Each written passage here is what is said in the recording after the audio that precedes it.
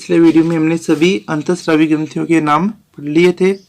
अब इस वीडियो में सबसे पहले जो ग्रंथि है हाइपोथैलेमस ग्रंथि, इसके बारे में पढ़ते हैं।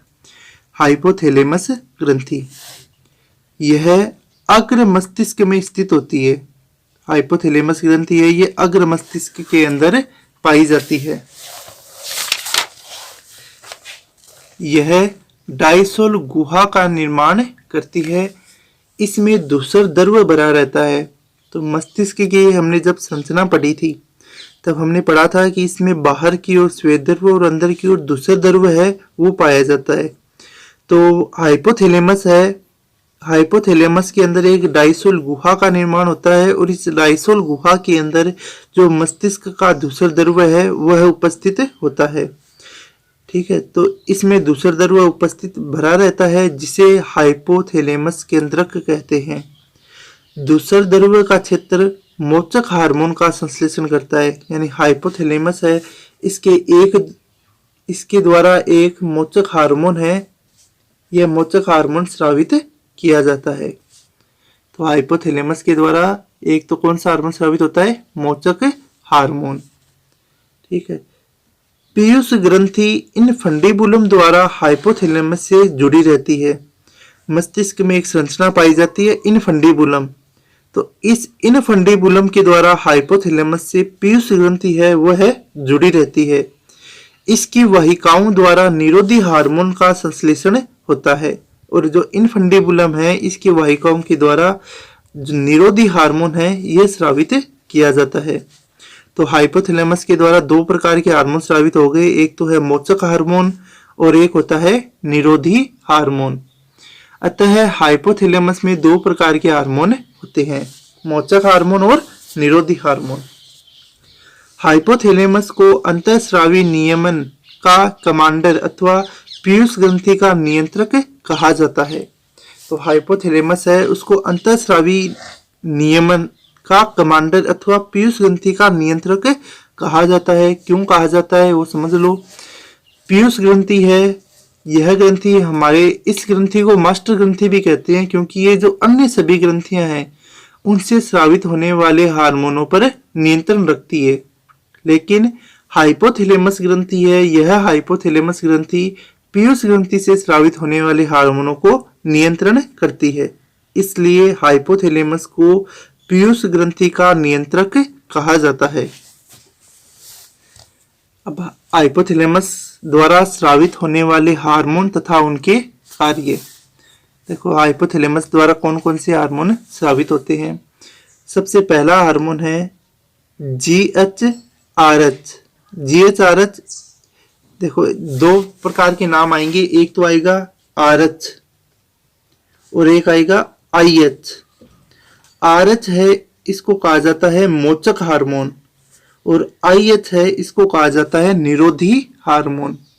मोचक हार्मोन तो हार्मोन स्रावित करने के लिए प्रेरित करेगा, जबकि निरोधी हार्मोन है ये हार्मोन के स्रावण को बंद करने का कार्य करेगा। तो जो सबसे पहला हार्मोन है जो हाइपोथैलेमस द्वारा स्रावित होता है वो है GHRH और दूसरा है GHIH। GH को बोलते हैं ग्रोथ हार्मोन, G का मतलब ग्रोथ, H का मतलब हार्मोन, यानी यह ग्रोथ हार्मोन है, वृद्धि हार्मोन है। RH का अर्थ क्या बताया था? मोचक हार्मोन। तो पूरा नाम क्या हो गया? वृद्धि मोचक हार्मोन। तो GHRH यानी वृद्धि मोचक हार्मोन। वृद्धि मोचक हार्मोन क्या करता है? वृद्धि हार्मोन के स्रावण को प्रेरित करता है, यानी ये वृद्धि हार्मोन है इसके स्राव को प्रेरित करेगा क्योंकि ये कौन सा है? मोचक। तो मोचक हार्मोन प्रेरित करेगा, निरोधी हार्मोन है इसके स्राव को बंद करने का कार्य करेगा। तो पहला हार्मोन हो गया हाइपोथैलेमस का GHRH यानी ग्रोथ हार्मोन या वृद्धि मोचक हार्मोन। वृद्धि मोचक हार्मोन वृद्धि हार्मोन के स्रावण को प्रेरित करता है। दूसरा हार्मोन है GHIH यानी वृद्धि हार्मोन निरोधी हार्मोन। वृद्धि हार्मोन निरोधी हार्मोन है, यह वृद्धि हार्मोन के स्रावण को संदमन करता है। संदमन का अर्थ इसको बंद करने का काम करता है। तीसरा हार्मोन है TRH। आरएच, आरएच मतलब मोचक हार्मोन हो गया। टी का मतलब होता है थायरोट्रोपिन, तो थायरोट्रोपिन मोचक हार्मोन। थायरोट्रोपिन मोचक हार्मोन थायरोट्रोपिन हार्मोन के स्रावण को प्रेरित करता है। अगला है P R H. P R H, R H आ गया यानी मोचक हार्मोन है। पी का अर्थ होता है प्रोलेक्टिन, तो प्रोलेक्टिन मोचक हार्मोन, प्रोलेक्टिन मोचक हार्मोन है, तो ये प्रोलेक्टिन के स्राव को प्रेरित करता है। पांचवा हार्मोन है पी आर आई एच यानी प्रोलेक्टिन मोचक निरोधी हार्मोन, प्रोलेक्टिन हार्मोन के स्रावण का संदमन करता है।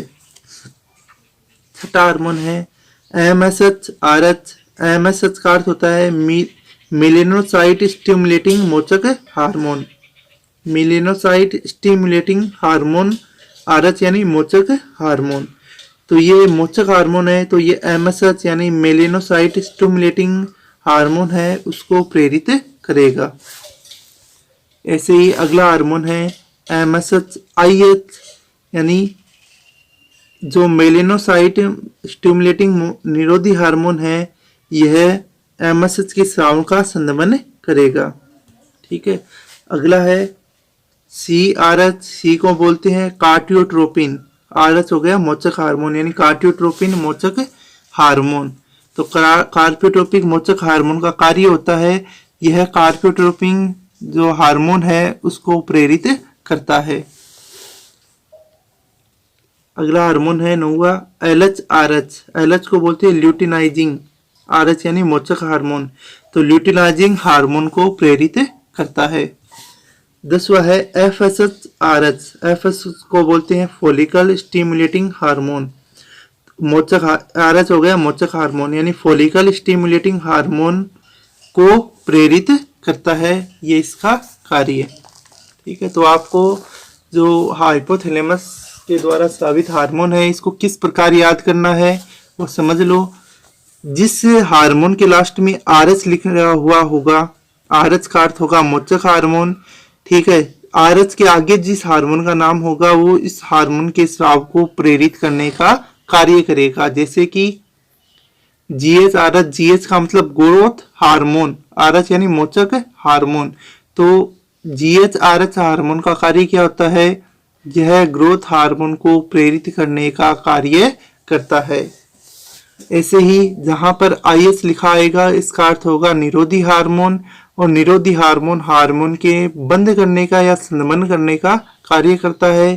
तो जी एच आई एच का कार्य कैसा हो गया, यह वृद्धि हार्मोन के संदमन का कार्य करता है। तो इस प्रकार से ये सभी हार्मोन जिसके आगे आर एच लिखा होगा तो वो हार्मोन के स्रावण को प्रेरित करने का कार्य करेगा, आई एच लिखा होगा वो संदमन करने का कार्य करेगा। तो टी आर एच थायरोट्रोपिन मोचक हार्मोन थायरोट्रोपिन के स्रावण का प्रेरित करने का कार्य करेगा। ऐसे ही टी आर एच यह प्रोलेक्टिन मोचक हार्मोन को प्रेरित करने का कार्य करेगा। पी आर आई एच यह प्रोलेक्टिन मोचक निरोधी हार्मोन है, यह प्रोलेक्टिन हार्मोन के स्रावण का संदमन करने का कार्य करेगा। एमएसएच का पूरा नाम होता है मेलेनोसाइट स्टिमुलेटिंग हार्मोन, आरएच यानी मोचक हार्मोन यानी मेलेनोसाइट स्टिमुलेटिंग हार्मोन के स्रावण को प्रेरित करने का कार्य करता है। अगला हार्मोन है MSH-IH यानी मेलेनोसाइट स्टिमुलेटिंग हार्मोन के स्रावण को संदमन करने का कार्य करता है। अगला हार्मोन था इसका CRH। सी का मतलब होता है कार्टियोट्रोपिन यानी कार्टियोट्रोपिन मोचक हार्मोन, यह हार्मोन कार्टियोट्रोपिन हार्मोन के स्रावण को प्रेरित करता है। ऐसे ही 9वां और 10वां हार्मोन है लास्ट LHRH यानी luteinizing releasing hormone, luteinizing hormone मोचक हार्मोन, यह ल्यूटिनाइजिंग हार्मोन के स्रावण को प्रेरित करने का कार्य करता है।